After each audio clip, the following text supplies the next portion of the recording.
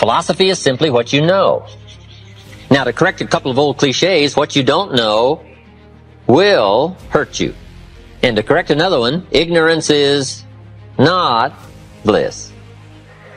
Boy, it's so important to have the correct philosophy. It's so important to know.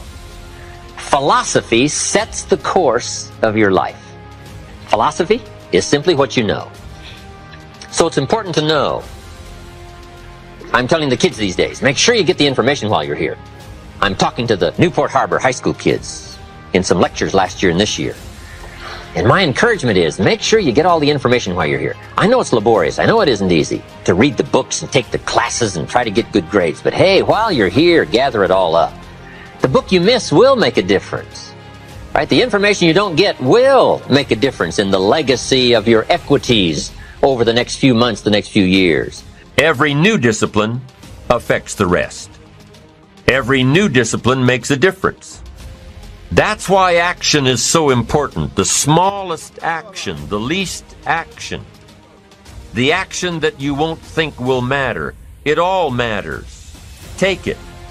Because when you start accomplishing and the value starts to return, you'll find inspiration to do the next one and the next one and the next one.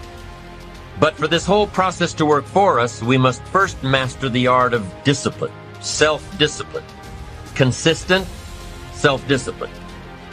It doesn't really matter how smart you are or how much you know if you don't use it. It doesn't really matter that you graduated magna cum laude if you're stuck in a low-paying job. It doesn't really matter if you attended every seminar that comes to town if you don't apply what you've learned. They need no guarantees. They don't need to be taken care of.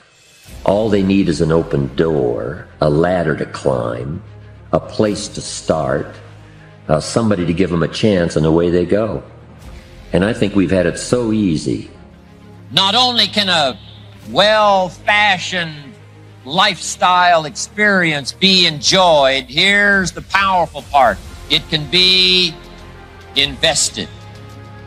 If you fashion this well, love affair, marriage, culture, evening, weekend, all of this good stuff now, that inspires you now to read, study and grow, develop your philosophy, strengthen your attitude, pick up the disciplines. This whole cycle, I'm telling you, there's nothing like it once you understand how to live this way. Every single person in the world who's successful shows up to work saying, I wonder when they'll find out. I don't really know what I'm doing. And you know why? Because anyone who says they're pushing themselves out of their comfort zone. I put myself constantly in situations that I'm not comfortable because there's no way to grow. Do you do the same thing? Same thing. And here's the thing about it. They got this thing in their mind, the people that are average. I got to prepare. I got to be totally ready. I'm not going to. And these crazy people who actually rule the world, who make all the change, that make all the money, they put themselves in environments constantly they know they're not ready for. And they're like, I'm going to get in the door. Then I'll figure it out. One of them said to me, Mr. Rohn, how do you build the good life? I said, it's simple. It's not easy, but it's simple. Here's how you build anything.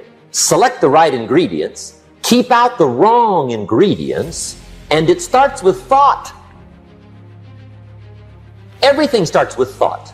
So you must be wise and careful what you think about, because that starts everything.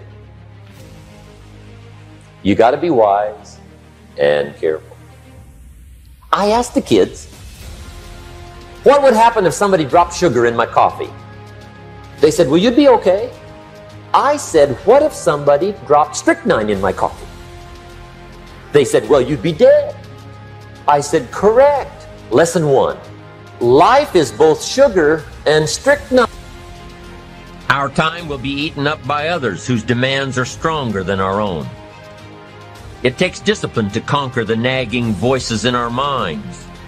The fear of failure, the fear of success, the fear of poverty, the fear of a broken heart. It takes discipline to keep trying when that nagging voice within us brings up the possibility of failure. It takes discipline to admit our errors and recognize our limitations. The voice of the human ego speaks to all of us.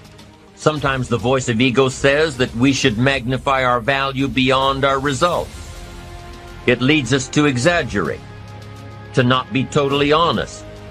It takes discipline to be totally honest, both with ourselves and with others. It takes discipline to change a habit, because habits are formed a little bit each day, every day, every day. Once habits are formed, they act like a giant cable. They act like a nearly unbreakable instinct that only long-term disciplined activity can change. There are plenty of good ones, but if you don't have to be rich, you probably won't read the books or listen to the tapes. What drives us to find the answers is necessity. So work on your reasons first, answer second. Now, what are some of the reasons for doing well? It varies from person to person. I'm sure that if you did a little soul searching, you could come up with a fairly strong list of reasons why you want to accomplish great things. There are personal reasons, sometimes uniquely personal reasons. Some people do well for the recognition. Some do well because of the way it makes them feel. They love the feeling of being a winner. That's one of the best reasons. Here's what he said: become a two-quarter person. Now, you can tell that was a long time ago, when a quarter was a good tip. Now it takes dollars. But just substitute 1992 dollars for quarters. Show said, hey, if you are thinking 1 quarter or 2 quarters, and you say, well, no, I'll just give him 1 quarter. He said, that'll affect you the rest of the day. The rest of the day, you'll look down, see this great shine, you'll say, I got to be really cheap. 1 lousy quarter, tip for my shine.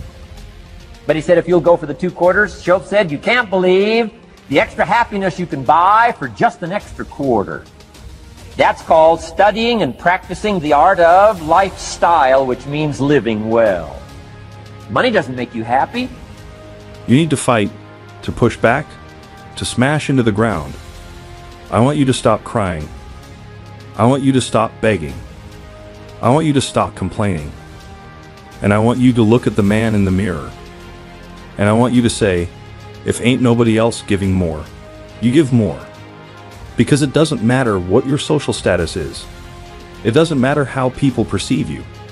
When it comes down to how long can you stay in that pool, when it comes down to how far can you run, when it comes down to how much can you push yourself past the part where you want to quit, how far can you keep going?